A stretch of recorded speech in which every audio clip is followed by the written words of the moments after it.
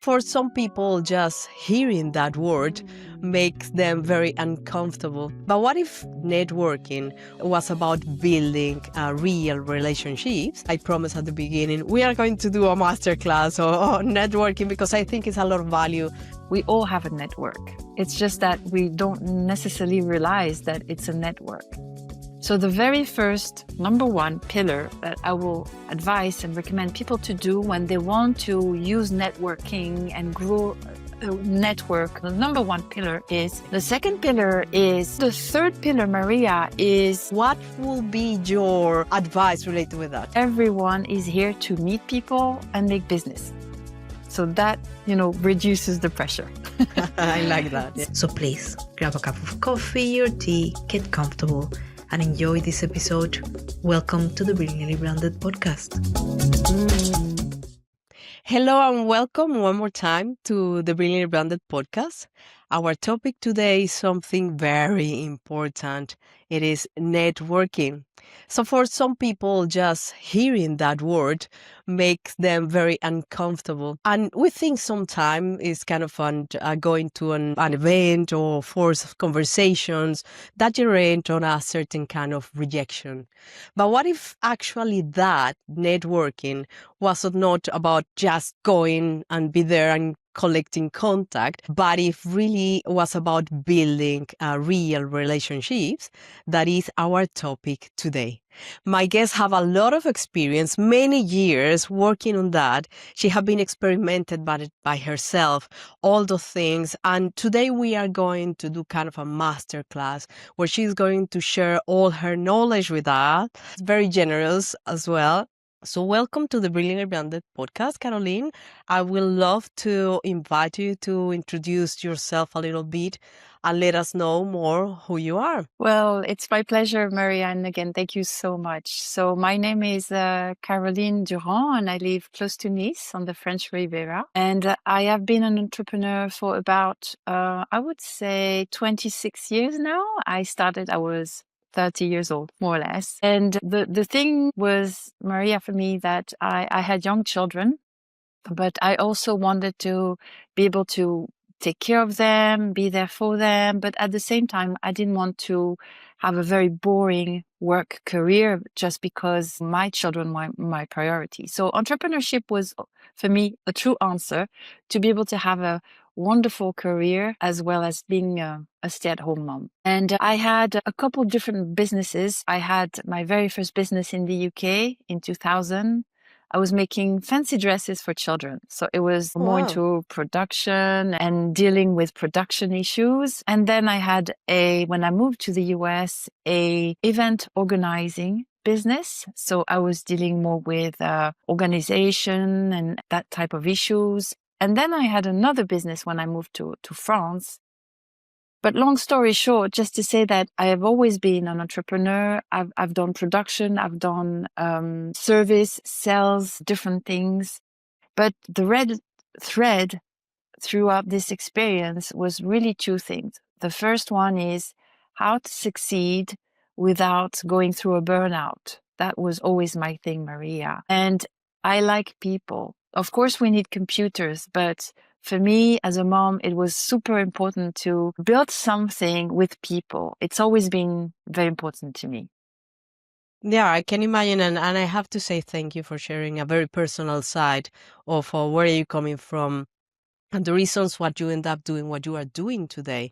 Because being part of this process, changing countries, being abroad as well is pushing you to build those relationships with people. No, you just cannot just contacting them and that's it. You really need to build those relationships. And actually part of my questions is, we all are feeling very uncomfortable when somebody even named the word networking. So what do you think that happened? Why that happened? And what is blocking people to really understand that it will be a benefit for building a real connection? I think it's a super important question, Maria. And one of the things I would like people to understand today is, let's imagine 1 second that you are a brand newly married couple. You are 25, 30 years old. what if you buy your house, and what if you had in your network an amazing plumber, an amazing garage mechanic, person?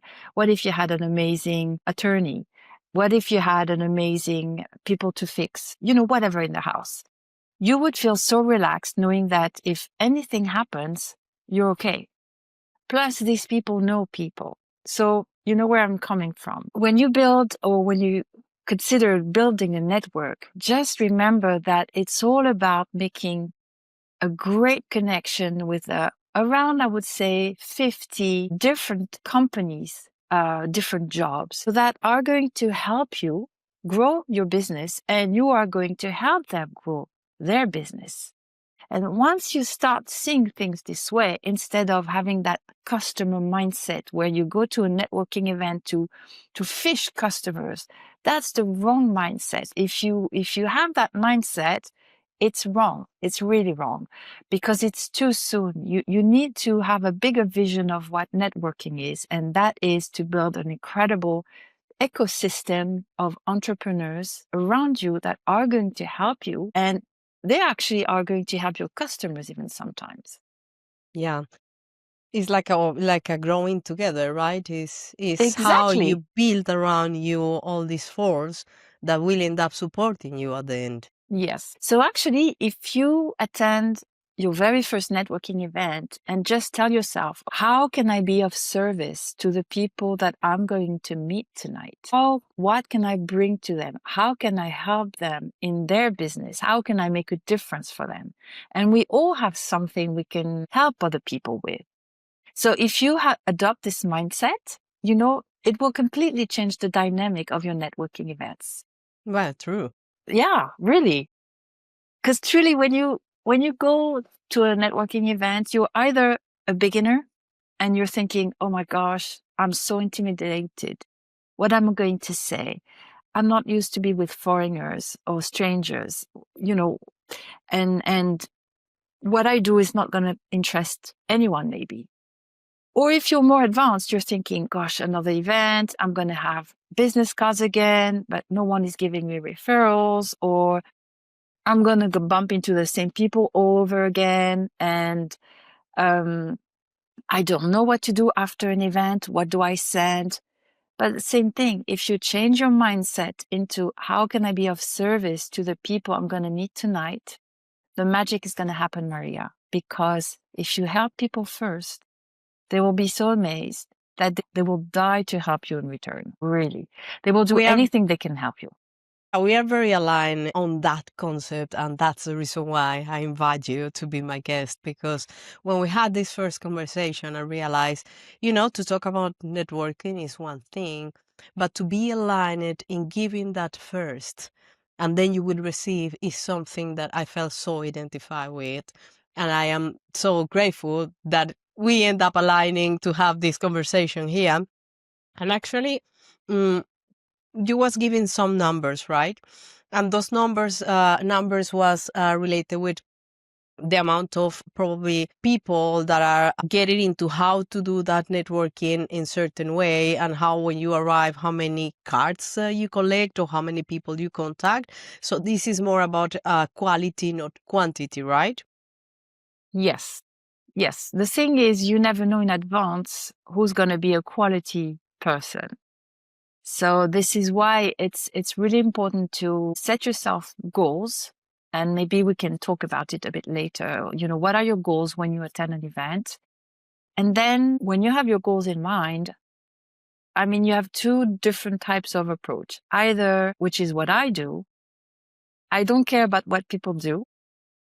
If when they stand up, I just like who they are, and maybe they don't pitch very well, and it's fine. You just connect to the human being. Or so if I feel it's somebody who's positive, who's I just like what they convey, really, I will go towards these people, because I like to align with people, as you said. And I feel if they have the same energy, the same vibe, or I just go towards them. Now, the other approach is more rational. So let's say I want to meet a corporate lawyer. Obviously, if there's one that evening, I will go and see a corporate lawyer. But at the end of the day, it really goes back to what is your networking goal at the moment? Yeah. And that, I mean, if we get it a little bit back to create this mindset, as you explained us at the beginning, that needs to be as well connected with your purpose, right? Your drive, the things that are moving you. And in your case, I know the part of building the network and learning more about how to do that and become an expert on that. It was your purpose. So how you are a part of your purpose, connecting with others in a different way. So can you tell us a little bit more about that? Because I think for people it will be interesting to know, okay, if I'm going to a networking event, what I am going to offer, if I don't know myself, if I don't know what can I offer, and if I don't know my purpose, that will be quite tricky, isn't it?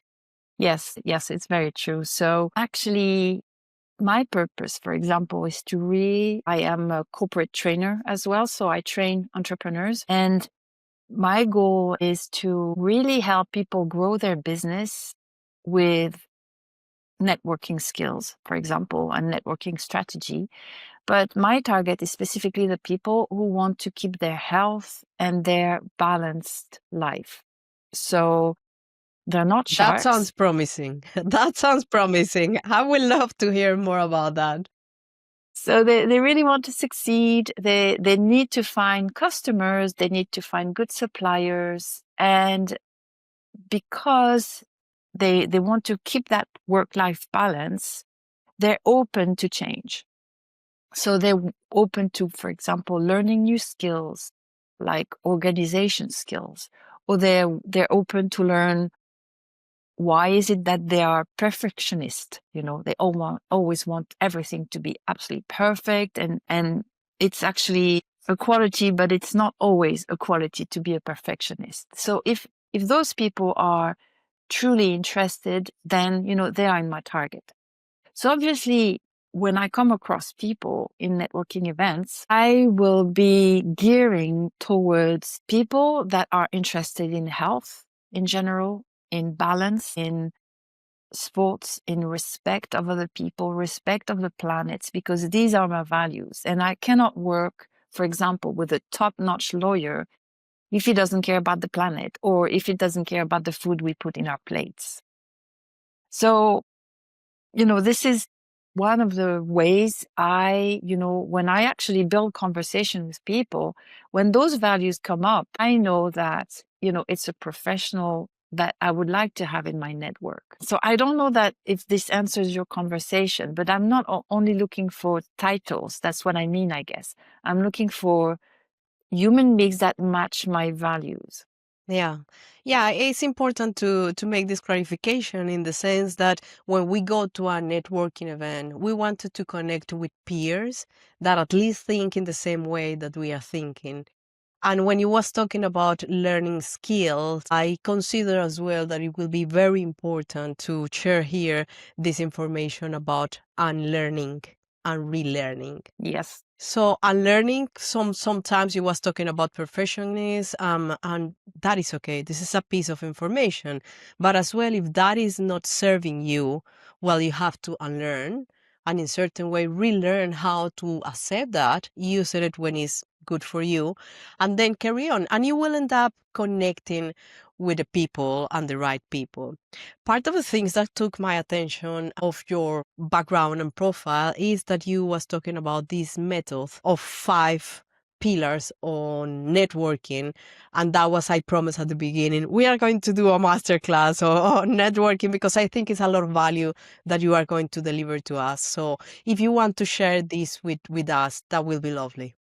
Yes, sure. I would love that, Maria. And actually, I will use as an example one of my latest client. I think it was last week, and his very first, not objection, but caution was like, Caroline, I have no network, so I'm starting from scratch. Now, I'll tell you one thing, Maria, is we all have a network. It's just that we don't necessarily realize that it's a network. So the very first, number one pillar that I will advise and recommend people to do when they want to use networking and grow a network of people who will send them referrals every month and actually support them at the same time. So the number one pillar is map your existing network with your family, your friends that are supporting you, obviously, colleagues or people you were in university with or suppliers you worked with in previous companies. And all these people, you cannot believe how many of them don't really know what you're doing and how many of them would be ready to recommend you. So start there, map your existing network, see who could be your ambassador. And for example, send an email saying, hey, you know what? My niece Maria is doing da da da da. I thought about you. Maybe you could be interested. And you can help them put you in contact with those people because they don't necessarily know how to do that. So map your existing network and then identify who is missing. Who do you need in your network that is not in your existing network? Do you have a good lawyer? Do you have a good accountant? Do you have a garden designer? Do you have a house designer? All these wonderful professionals. Do you have a brand consultant, branding consultant? But I have a question related with that. Is all of those needs to be related with your purpose, right? So what would you wanted to pursue, or you just recommend those professions and those kind of people to always have it around you? Yes, I will always recommend people to have around 40 to 50 particular professionals around them. You need to have a good business lawyer. You need to have one. You need to have a chartered accountant. A plumber so many people will ask you, Caroline, do you know a good plumber? Because that's the thing, Maria, is as you start having a network, people trust you so much and they trust the relationship you have that they will come to you for anything. Your clients will come to you asking you, Maria, do you have a good lawyer you could recommend to me because my brother-in-law has an issue, you know? Yeah. So map your existing network and then define who do you need in your network to add, you know? Okay. The second pillar is obviously identify a networking group that you can join that matches your values and be clever about that. For example, if you're a single mom or stay-at-home mom, don't do an evening after work. You need to be with your kids. Do like a lunch after work, or not after work networking group, or do a morning breakfast, you know. So just be smart about it and realistic, because if you join a group, of course you can try a couple once first, but it's for the long run. You need to invest 2 or 3 years in the same group at least so that you build those relationships. Now, it doesn't mean you're not going to get referrals in the next month. It just means you need to invest time where you are to grow your network. Then the third pillar, Maria, is follow-up. The fortune is in the follow-up. It's the same thing for networking. So when you've made a contact with somebody at an event, for example, the question most people ask me is, what do I do to stay in touch and without being salesy? What actions do I take? How do I nurture my network? Now, this is a one-day training, but just to give you a few nuggets, try to think about what is it that I could give away for free that would be very helpful to that person or to most people I meet. So, for example, it could be, for me, a 30 minutes strategic call where I go through their strategy and I make them, I just give them advices or recommendations. I give some of my time to help them. But, for example, let's say you are an architect. You could do like a little sheet where you explain to people how to bring the best light in your room or in your office, or how to, what are the best plants to have in your home.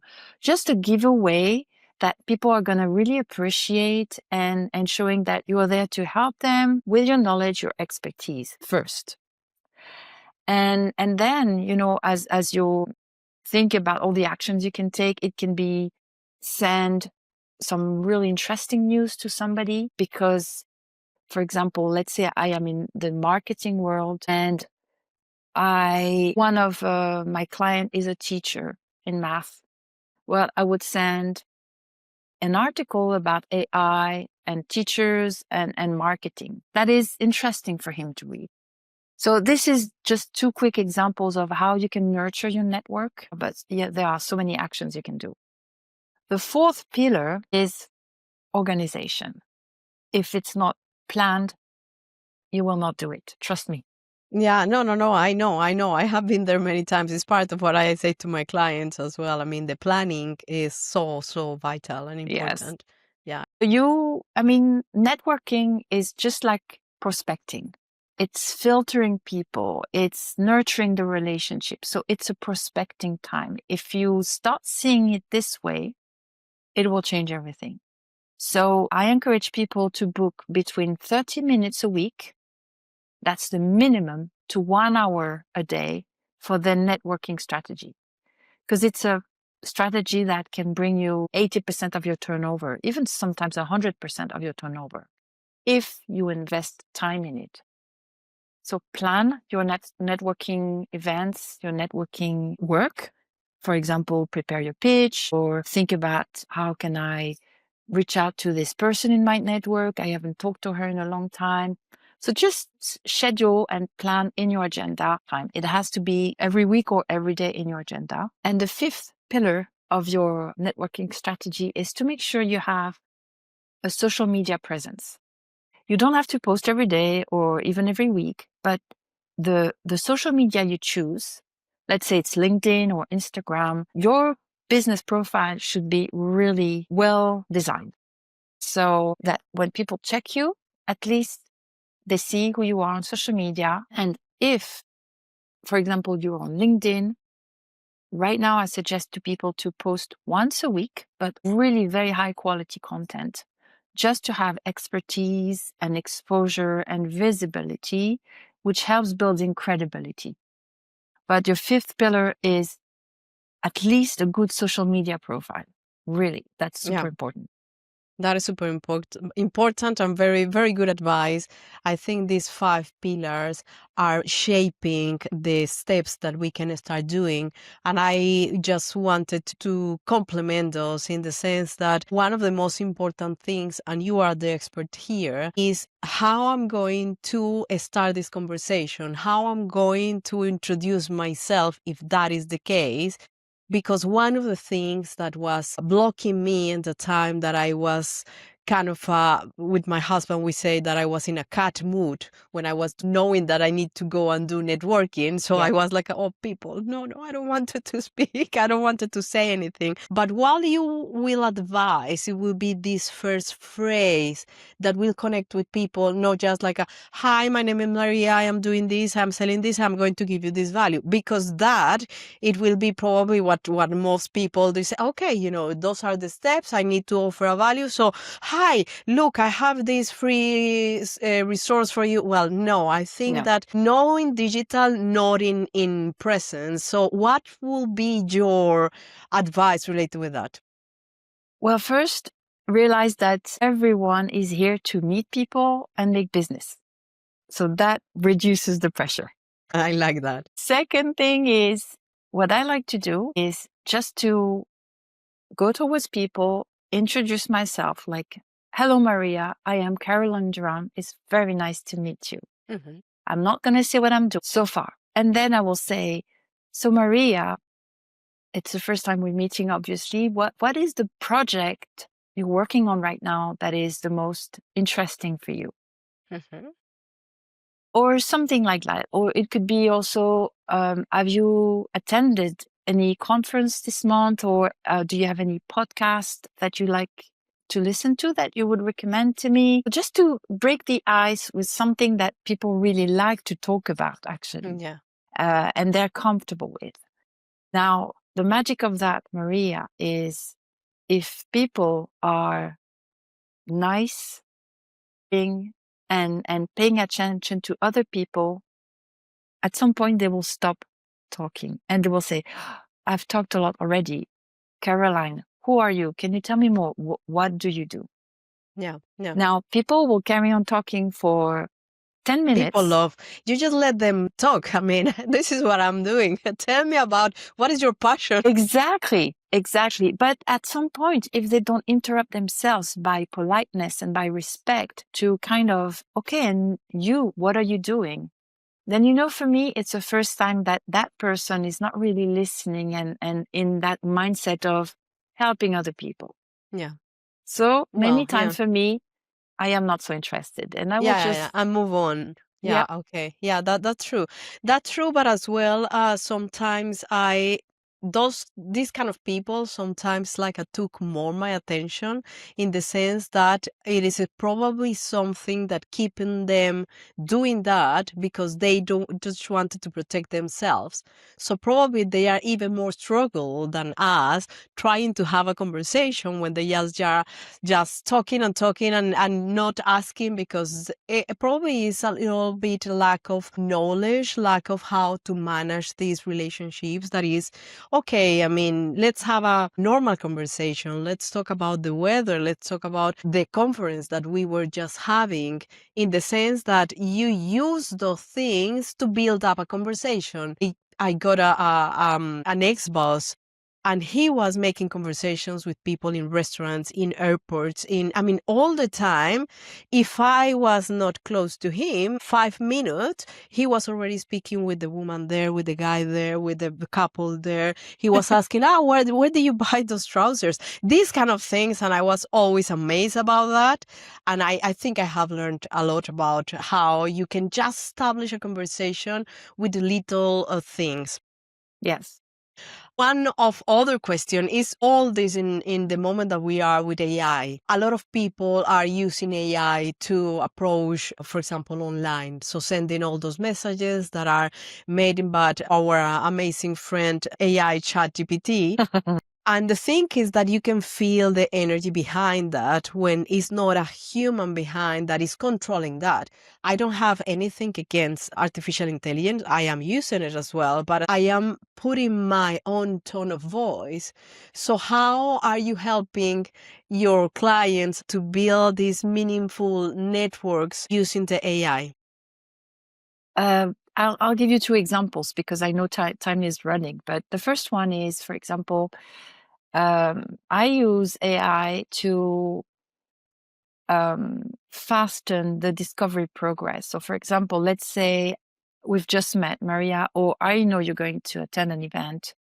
I asked ChatGPT to study your LinkedIn profile and your, social presence on internet and to give me a summary. And I also asked ChatGPT to suggest to me either synergies or co-marketing opportunities. My tip is that I always ask ChatGPT to think about like a very intelligent person, because I want him to think about strategies or answers that are more than regular answers, if I may say so. So that's the first area where AI can help you. And the second example is, for example, I am a very social person and I am very into emotions, but I'm also shy somehow. And there's a type of person which is difficult for me to communicate with. It's the people who are very result driven. They talk about numbers and achievements and things like that, where I'm all about, let's be nice to each other. And so ChatGPT is helping me formulate messages towards these type of people. Now, when you do marketing, there's something called DISC, 4 colors psychology. So we basically have 4 different colors and we all have of each color, but some colors are very result driven and they're very straight to the point. For You may me, they relate can, their personality with the color. yes, Okay. exactly.